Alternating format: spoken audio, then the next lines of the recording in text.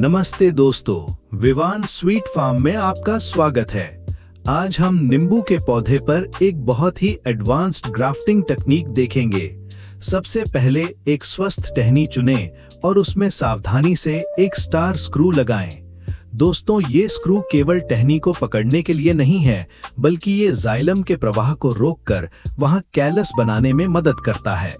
जब पेड़ को लगता है कि उस हिस्से में चोट लगी है, तो वो वहां से नई जड़ें निकालने की कोशिश करता है। यही इस तकनीक का असली राज है। अब एक पारदर्शी प्लास्टिक कप लें और उसे बीच से काटकर स्क्रू के चारों ओर फिक्स करें। इसे चिपकाने के लिए हम ब्लैक इलेक्ट्रिकल टेप का इस्तेमाल कर रहे हैं। याद रखें, टेपिंग एकदम एयर टाइट होनी चाहिए। अगर हवा अंदर जाएगी तो नमी सूख जाएगी और ग्राफ्टिंग फेल हो सकती है।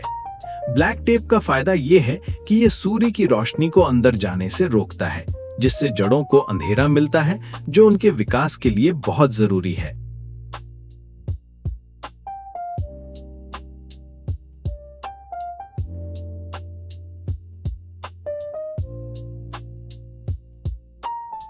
अब इस कप में हम कोकोपीट भरेंगे। कोकोपीट एक बेहतरीन माध्यम है क्योंकि ये अपने वजन से 7 गुना ज्यादा पानी सोख सकता है। इस पर स्प्रे बॉटल से हल्का पानी छिड़कें। ध्यान रहे, मिट्टी के बजाय कोकोपीट का इस्तेमाल करने से फंगस लगने का खतरा कम हो जाता है और जड़ें बहुत तेजी से फैलती हैं। ये तकनीक खासकर उन लोगों के लिए है जो घर पर कम समय में फल देने वाले पौधे तैयार करना चाहते हैं।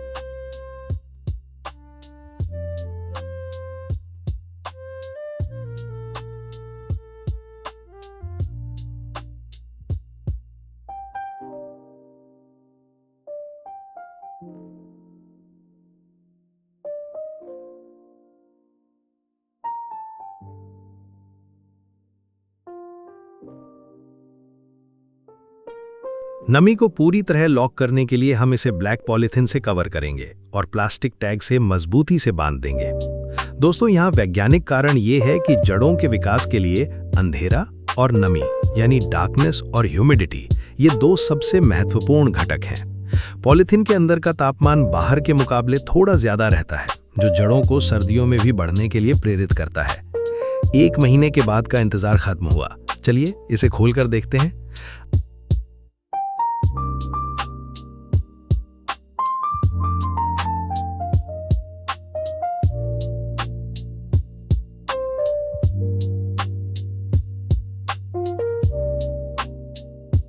आप देख सकते हैं कि सफेद रंग की बारीक जड़ें निकल आई हैं। सर्दियों में पौधों की ग्रोथ थोड़ी धीमी हो जाती है, इसलिए शायद जड़ें बहुत घनी न दिखें, लेकिन ये एक सफल परिणाम है।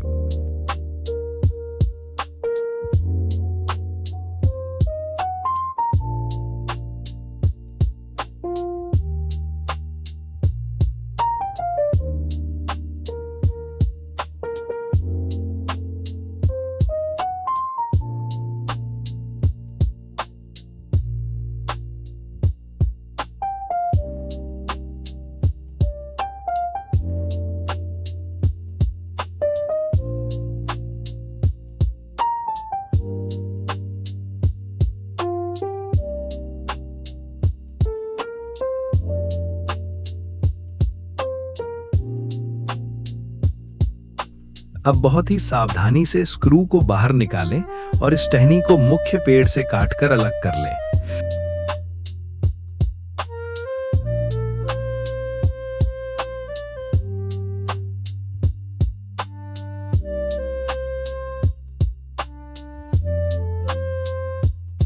अब इस नई कटिंग को हम कोकोपीट और पॉटिंग मिक्स से भरे कंटेनर में शिफ्ट करेंगे। इसी समय आपको अपने बागीचे से नींबू की अन्य स्वस्थ टहनियों का चुनाव भी करना चाहिए।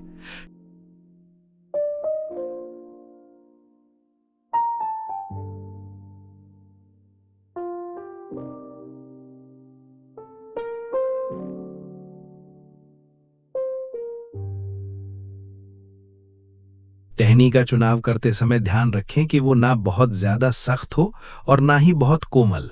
हमेशा पेंसिल की मोटाई वाली टहनी सबसे अच्छी मानी जाती है।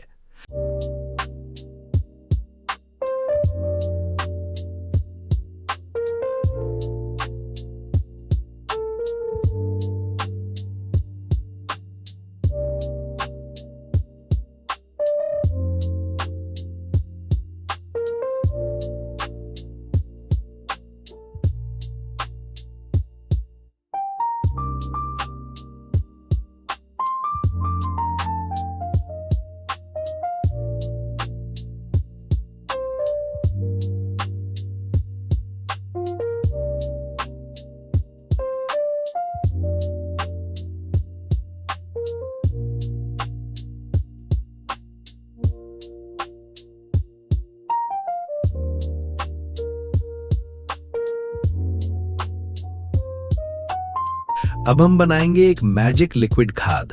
संतरे के छिलकों को बारीक काट लें और उसमें ताज़ा एलोवेरा जेल मिलाएं। संतरे में मौजूद विटामिन सी और एसिडिक गुण मिट्टी की उपजाऊ शक्ति बढ़ाते हैं, जबकि एलोवेरा एक प्राकृतिक एंटीसेप्टिक है। ये मिश्रण आपकी कटिंग्स को फंगस से बचाएगा और उन्हें जड़ें जमाने के लिए जरूरी हार्मोन्स प्रदान करेगा। जब आप ये खाद तैयार कर रहे हों तो याद रखें कि घरेलू जैविक खाद बाजार के केमिकल खाद से कई गुना बेहतर होती है।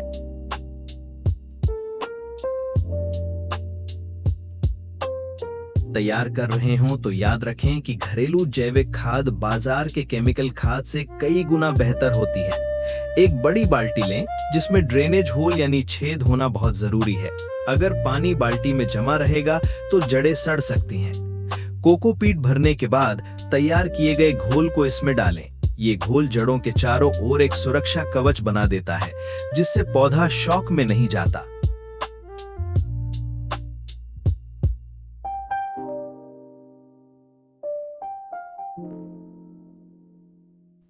पैंतालीस दिनों बाद देखिए, परिणाम आपके सामने हैं। जड़ें अब 4 से 5 इंच तक लंबी और बहुत ही मजबूत हो गई हैं। ये सही समय है इन पौधों को उनके स्थायी घर यानी बड़े गमलों में शिफ्ट करने का। एक एक करके सावधानी से निकालें ताकि जड़ों को कोई नुकसान ना हो। देखिए, घर पर ही हमने कितने शानदार पौधे तैयार कर लिए हैं।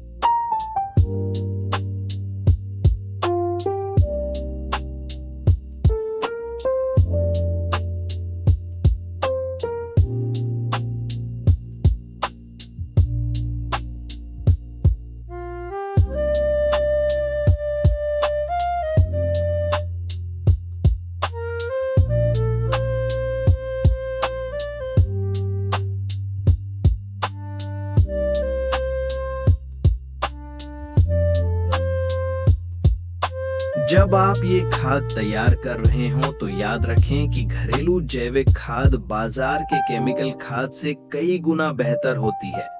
एक बड़ी बाल्टी लें जिसमें ड्रेनेज होल यानी छेद होना बहुत जरूरी है। अगर पानी बाल्टी में जमा रहेगा तो जड़ें सड़ सकती हैं।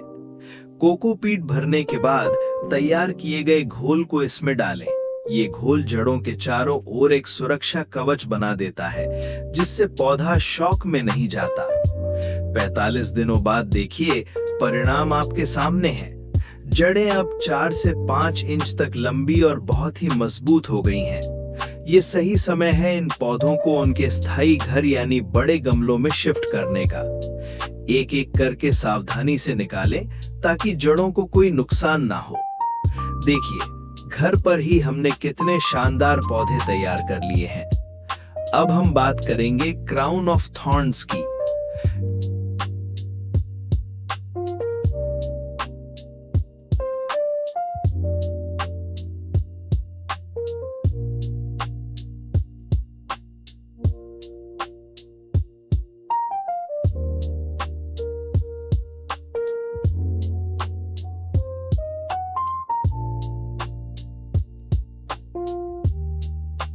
जनवरी के महीने में जब तापमान बहुत कम होता है, तब प्याज का पानी यानी अनियन फर्टिलाइजर जादू की तरह काम करता है। प्याज में सल्फर और फास्फोरस प्रचुर मात्रा में होता है, जो जड़ों के अंकुरण की प्रक्रिया को तेज कर देता है। प्याज के टुकड़ों को पानी में भिगोकर कुछ देर के लिए छोड़ दें।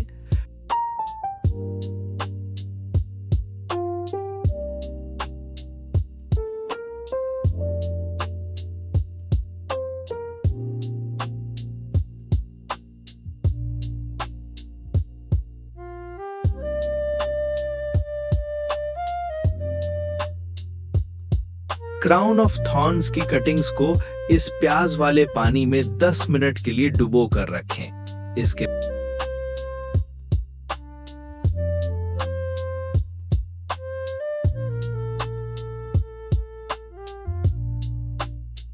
बाद कोकोपीट भरे कंटेनर में इन्हें लगाएं। याद रखें, इस पौधे को बहुत कम पानी की जरूरत होती है। ज्यादा पानी से इसकी कटिंग्स गल सकती हैं, इसलिए केवल नमी बनाए रखने के लिए स्प्रे का इस्तेमाल करें।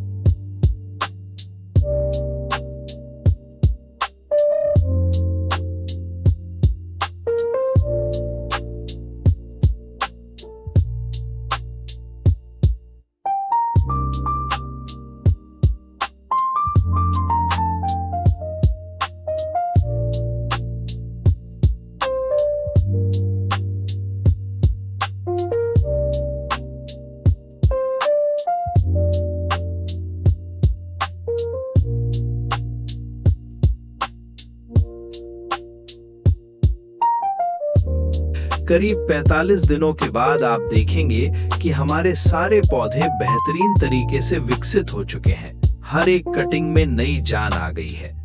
दोस्तों, मेहनत और सही तकनीक का इस्तेमाल किया जाए तो बागबानी बहुत आसान हो जाती है। अगर आपको ये वीडियो मददगार लगा हो तो विवान स्वीट फार्म को सब्सक्राइब करना ना भूलें, लाइक करें और अपने किसान दोस्तों के साथ शेयर करें। धन्यवाद।